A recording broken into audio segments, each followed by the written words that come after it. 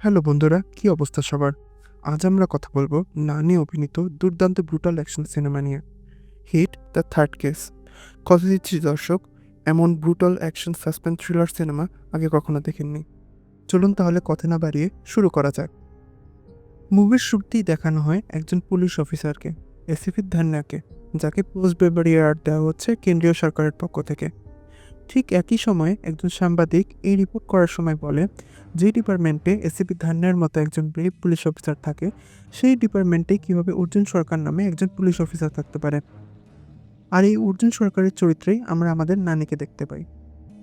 কারণ সেই দিনই অর্জুন সরকারকে একটি অভিযোগে কোর্টে শুনানির জন্য পাঠানো হচ্ছে। যদিও কেসের এভিডেন্স কালেক্ট করতে 2 সপ্তাহ সময় লাগবে, তাও সিকিউরিটির জন্য অর্জুনকে সেন্ট্রাল জেলে পাঠানোর জন্য আবেদন করা হয়।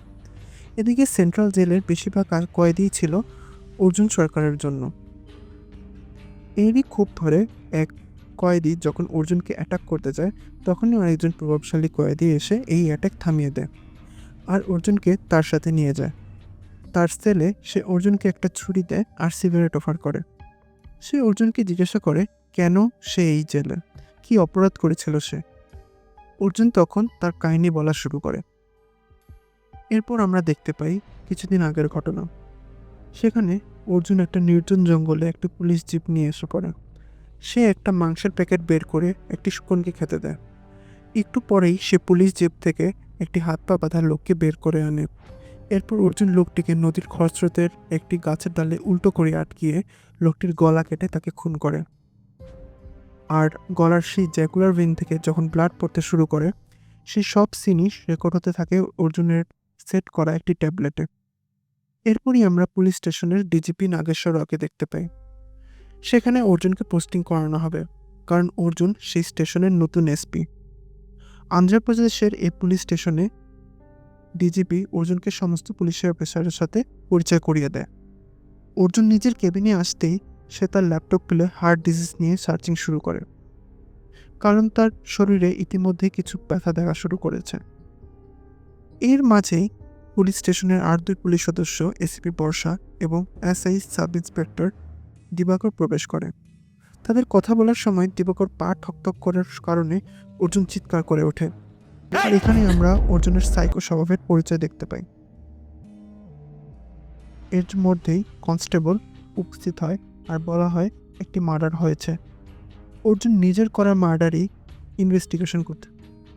সেই লোকেশনে এসেই দেখা যায় কনস্টেবল এসে অর্জুনকে বলে রিভার বেডের উপর ঝুলানোর কারণে বেশিরভাগ এভিডেন্সই নষ্ট হয়ে গেছে। অর্জুন তারপর কিলারের বড়াই করা শুরু করে। সে কিলারকে স্মার্ট সহ আরও অনেক আখ্যা দিতে থাকে।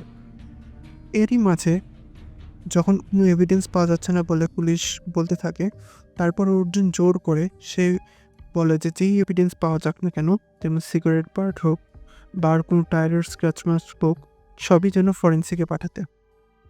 মার্ডার কারো বডিতে 3টা স্ট্যাব মার্ক করার লক্ষ্য করা যায়, আর সেখান থেকে অর্গান বের করা হয়েছে বলেও ধারণা করা হচ্ছে। অর্জুন অটোপসির জন্য বডি পাঠাতে বলে এবং সে মার্ডার সিন থেকে চলে যায়। এরপর আমরা অর্জুনকে দেখতে পাই সে ওষুধ পরীক্ষা করতে ডাক্তারের কাছে আসে।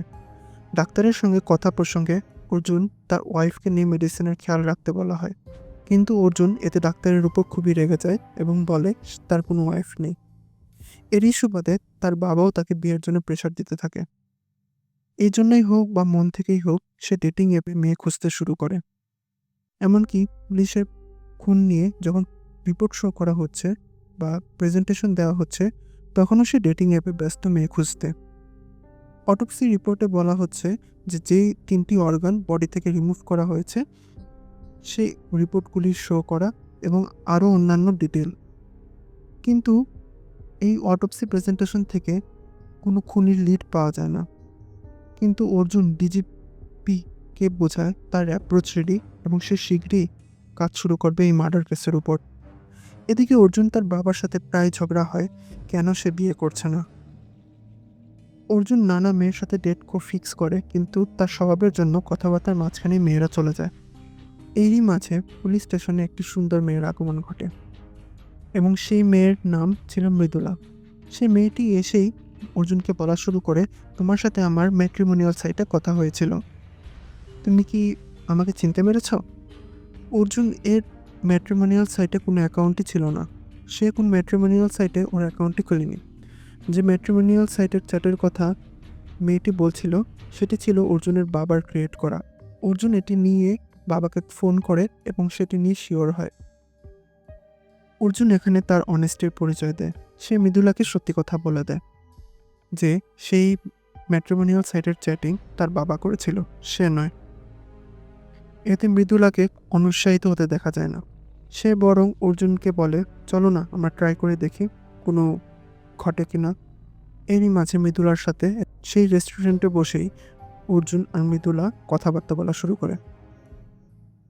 আর এই কথাবার্তার মাঝেই অর্জুন মৃদুলাকে ভালো লাগা শুরু করে। কারণ আগের মেয়েদের সাথে অর্জুনের যখন কথা হতো কোনো কিছু যেন আন্ডারস্ট্যান্ডিং করছিল না, বাট মৃদুলার সাথে সেই রকম কোনো সমস্যা অর্জুন দেখতে পাচ্ছিল না। এরই সাথে তারা সমুদ্র সৈকতে ঘোরাঘুরি শুরু করে এবং দিন শেষে ঘোরাঘুরি খাওয়া দাওয়ার পরে অর্জুন মৃদুলাকে নিজের বাসায় পৌঁছে দিয়ে সাহায্য করে এবং অর্জুন যখন তার মুখ মৃদুলার সামনে নিয়ে যায় তখন মৃদুলা অর্জুনকে বলে, বেশি লোভী হয় না। তাও অর্জুন বেশি লোভী হয় না, সে নিজেকে সরিয়ে নেয়। কিন্তু এর কিছুদিন পরেই অর্জুন তার দ্বিতীয় খুন করার জন্য নির্জন জঙ্গলে ফেরত আসে। এই খুন যখন সে করতে যাবে তার প্রিপারেশন নেওয়ার সময় এএসপি বর্ষা তাকে অ্যাটাক করে। কারণ আর এএসপি বর্ষাকে অর্জুনও তার স্কিলের মাধ্যমে বন্দি করে ফেলেন। চেয়ারে বাঁধার সময় এএসপি বর্ষা অর্জুনকে হেড স্পিচ বলতে থাকে। সে বলতে থাকে, তুমি পুলিশ হওয়ার যোগ্যই না। অর্জুন তখন বলে, এই মার্ডার যদি সে নাও করে তাহলেও সারা দেশে এরকম মার্ডার হতে থাকবে। কনফিউজড হয়ে যায় বর্ষা।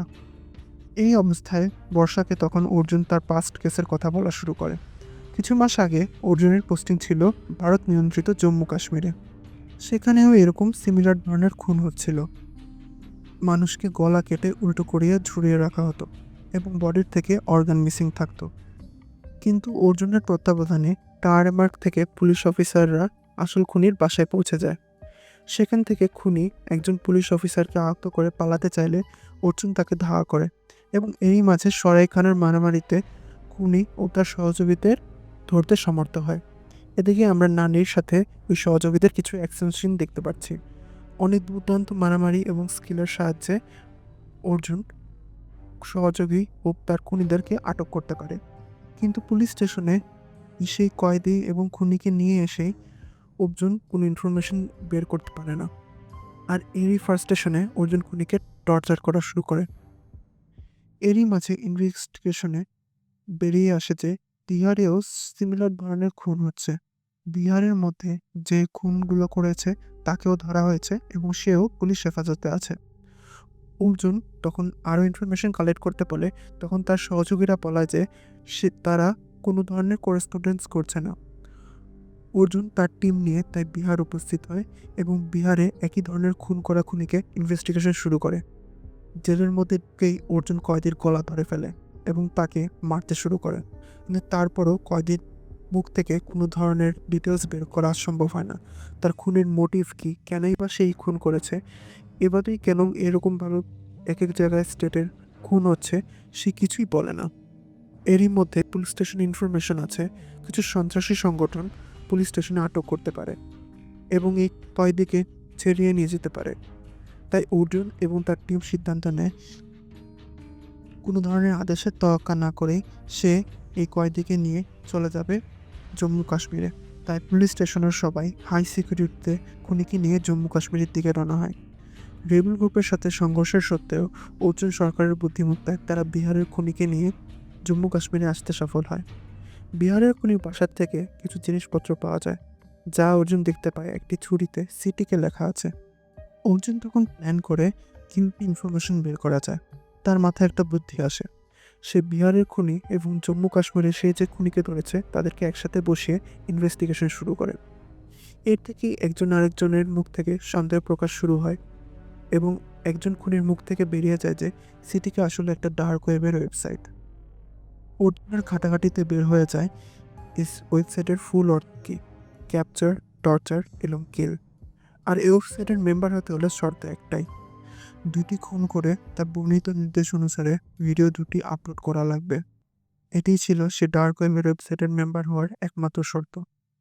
পুলিশ অফিসাররা কিছুতেই যেহেতু ক্লু পাচ্ছিল না কিভাবে বাকি কয়েদিদের ধরা হবে বা বাকি খুনিদেরকে কিভাবে ধরাতে হবে, এরই মধ্যে অর্জুন একটি মারাত্মক চিন্তা করে।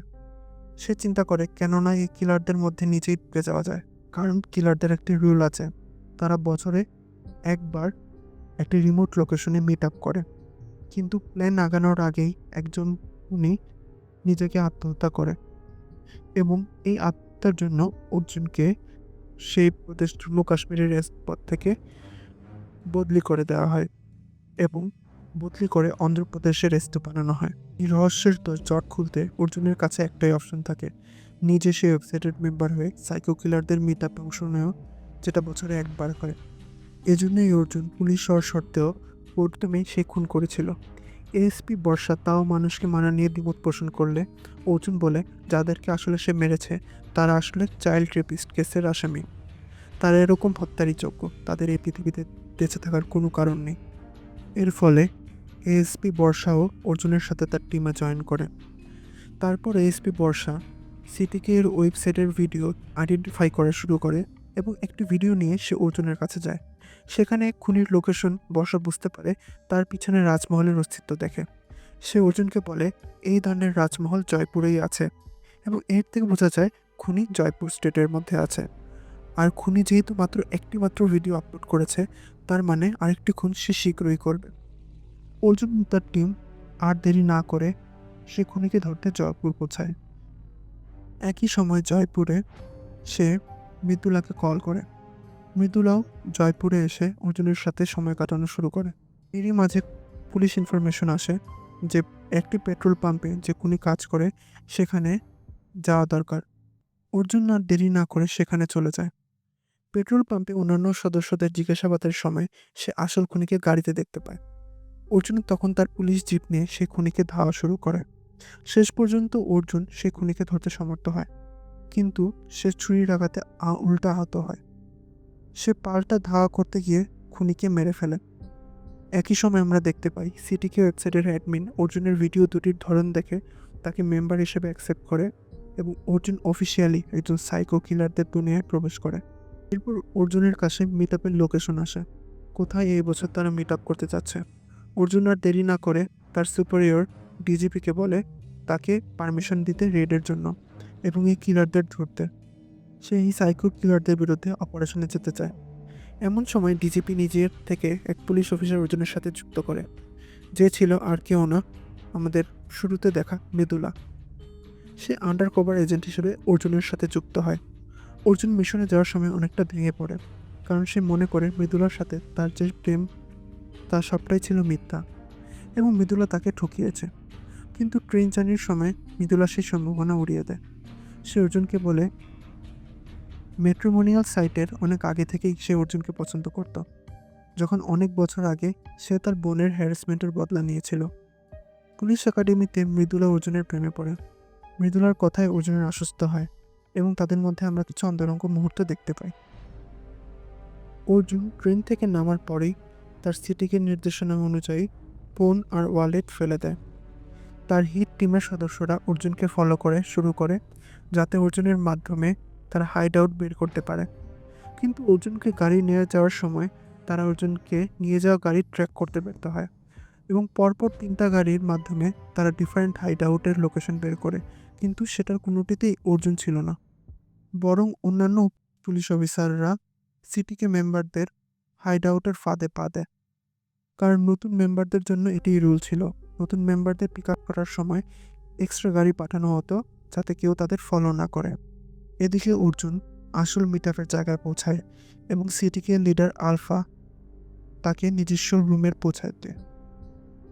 অর্জুনকে সে আশ্বস্ত করে যে সে তাদেরই মতো এবং তাকে একটি হোয়াইট টক্সিডো পরতে দেয়। আর অর্জুন সহ নতুন মেম্বারদের সিটিকে সদস্যদের মাধ্যমে নিয়ে এসে আলফা পরিচয় করিয়ে দেয়। অর্জুন সহ সকল নকুল মেম্বারদের সিটিকে লিডার আলফা একটি রিংয়ে নিয়ে আসে। সেখানে দুজনকে ফাইট করতে দেখা যায়। তারা দুইজনই রক্তাক্ত অবস্থায় ফাইট করছে। এর মধ্যে একজন আরেকজনকে মেরে ফেলে। এরই পর আলফা সবাইকে বলে যে আজকে আমরা একটা সেলিব্রেশন দেখব। এরই জন্য সকল নতুন মেম্বারদের কয়েকটি রশি করতে বলা হয়। অর্জুন সহ সকল নতুন মেম্বাররা যখন রশি কাটা শুরু করে, এরপরই আমরা দেখতে পাই দুপাশ থেকে হাত বাঁধা একটি মহিলার অর্ধেক হাত উড়ে যায় রশির সাহায্যে, এবং অর্জুনের চোখের সামনে একটি নির্দেশ তাজা প্রাণ ঝরে যায় এবং অর্জুন দাঁড়িয়ে দাঁড়িয়ে দেখতে থাকে এবং সে কিছুই করতে পারে না। এরপরে শুরু হয় সাইকো কিলারদের পার্টি। এই পার্টির আড়ালে অর্জুন এই গোপন সংস্থার বিল্ডিং রুম খোঁজা শুরু করে, কোথা থেকে কন্ট্রোল করা হয় এই সমস্ত কিছু।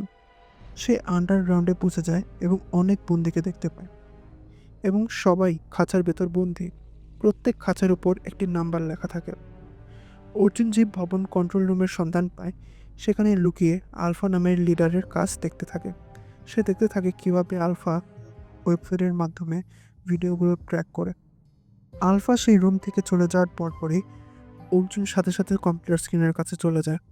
সেখানে সে আইডি পাসওয়ার্ড দিয়ে চেষ্টা করতে থাকে, কিন্তু কিছুই বের করতে পারে না। সেখানে একটি রেডিও ট্রান্সমিটার ফোন দেখে সে। এখান থেকে তার মাথায় বুদ্ধি আসে। সে সেই রেডিও ট্রান্সমিটার ফোন এবং গাড়ির ট্রান্সমিটার একত্র করে রেডিও ওয়েভ পাঠানোর মাধ্যমে তার টিমের সাথে যোগাযোগ করতে চায়।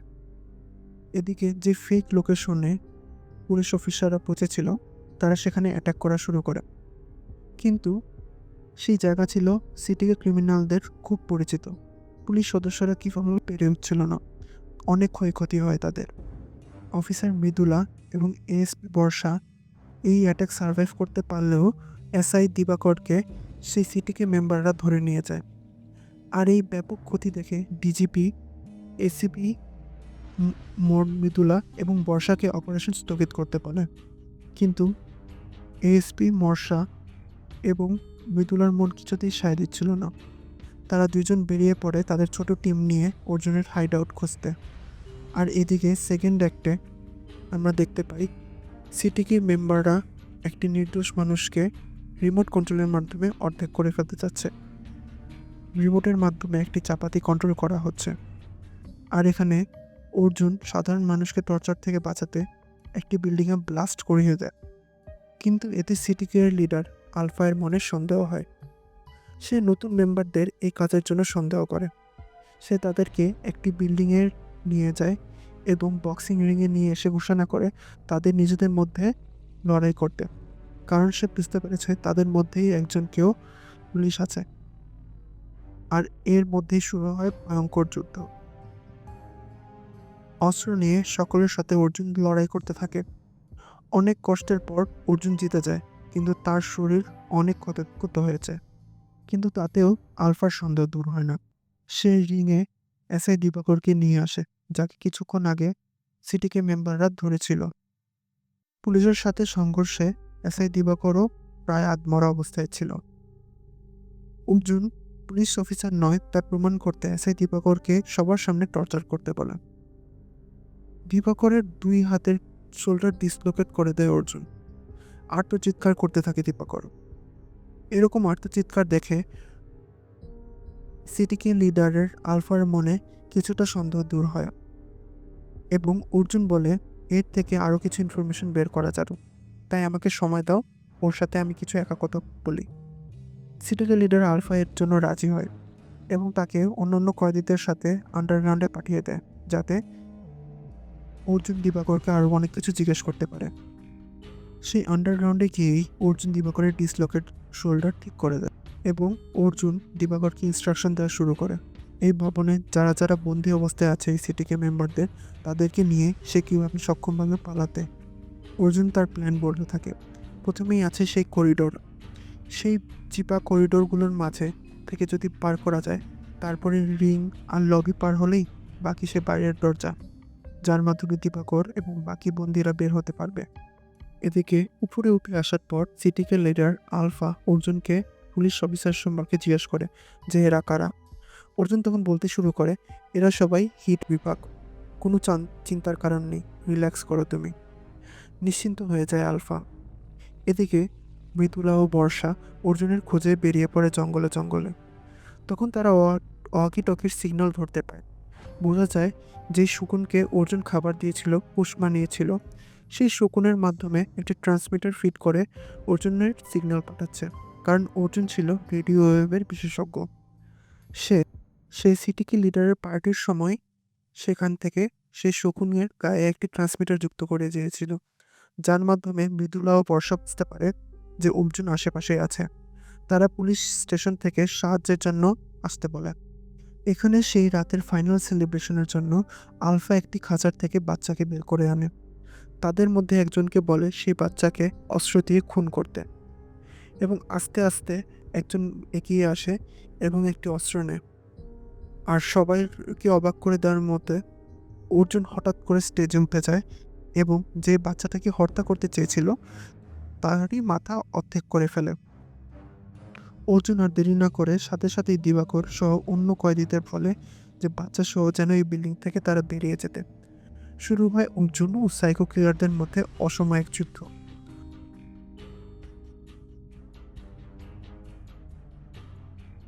অর্জুন যাই পাচ্ছিল তাই দিয়ে কিলারদের মারতে থাকে। এক ধরনের দুর্দান্ত যুদ্ধ আমরা দেখতে পাই অর্জুন আর কিলারদের মধ্যে। রকেট ব্লাস্ট থেকে শুরু করে বন্দুক পর্যন্ত অর্জুন সবাইকে এক এক করে মারতে থাকে। এখানে অর্জুনকে লাগছিল পুরো এক রাজার মতো, কিন্তু অর্জুন শেষ পর্যন্ত আর পারে না। এসআই দিবাকর সহ অন্যান্য কয়েদি বেরিয়ে যেতে সক্ষম হয়, কিন্তু অর্জুন আটকা পড়ে সেই সিটিকে লিডার আলফায়ের হাতে।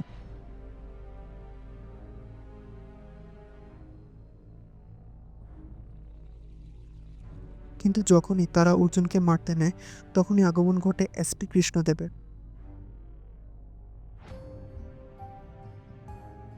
যাকে আমরা দেখতে পেয়েছিলাম হিট দ্য সেকেন্ড কেসে। অর্জুন ও কৃষ্ণদেব দুজনেই ব্রুটালভাবে একজন আরেকজনকে সাহায্য করে সেই সাইকো কিলারদের মারতে।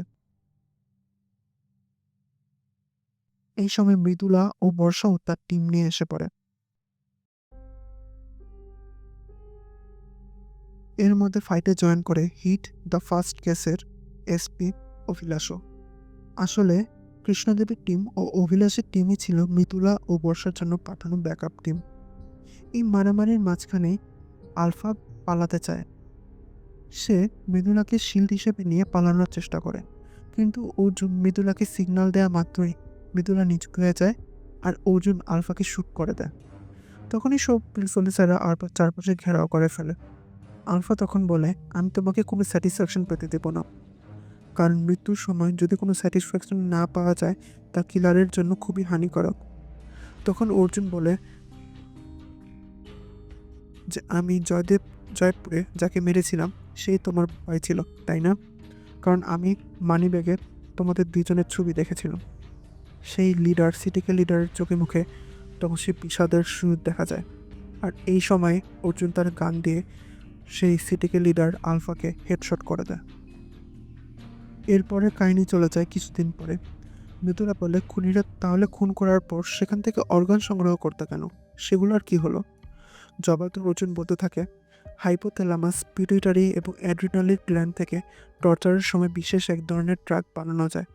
সেই ড্রাগ ইউজ করেই বিশ্বের বিলিয়নাররা অনেক বয়সে এসেও সন্তান জন্মদান ও জওয়ানি থাকতে পারে।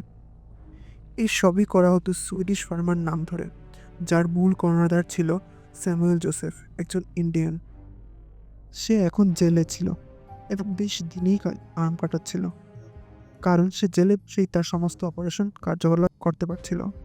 তার আর বাইরে এসে এই ধরনের ডিলিং করার দরকার হচ্ছিল না। এই সময়ে আমরা অর্জুনকে বলতে দেখি যে একজনকেই সে বাঁচাতে পারেনি, সে ছিল এসিপি ধন্যা। এই এসিপি ধন্যাই ছিল সেই মহিলা যাকে অর্জুন একদম শুরুতে সিটিকে ওয়ার্কশপের গ্র্যান্ড সেলিব্রেশনে প্রথমে মরতে দেখে। সে সিটিকে সম্পর্কে জানতে পারার কারণে সে তাদের হাতে বন্দী হয়। ওই দিন শুরুতেই বাচ্চাটিকে মারার কথা ছিল, কিন্তু এসিপি ধন্যা তার কেজের উপর চকের ডাস্ট মুছে দিয়ে নিজের নাম্বার অ্যাড করে নেয়, যাতে বাচ্চাটিকে একটু সময় দেওয়া যায়।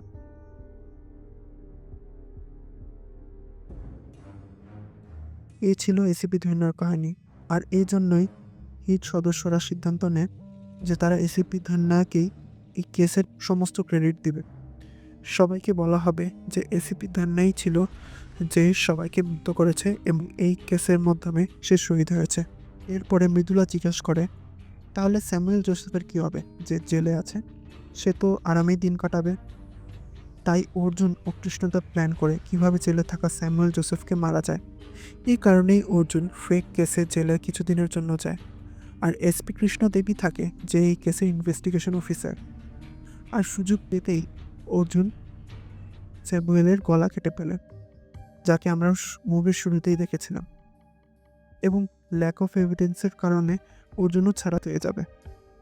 এরপর আমরা চলে যাই মিড ক্রেডিট সিনে, যেখানে আমরা কার্তিকে দেখতে পাই এসিপি বীরাপ্পান হিসেবে, যে মূলত চেন্নাইয়ের। সেই থাকবে main hero HIT the fourth কেসের। প্রিয় দর্শক, যদি আপনার আমাদের আয়োজন ভালো লেগে থাকে তাহলে অবশ্যই লাইক শেয়ার করে পাশে থাকবেন, আর আমাদের চ্যানেলটিকে অবশ্যই সাবস্ক্রাইব করতে ভুলবেন না। ধন্যবাদ।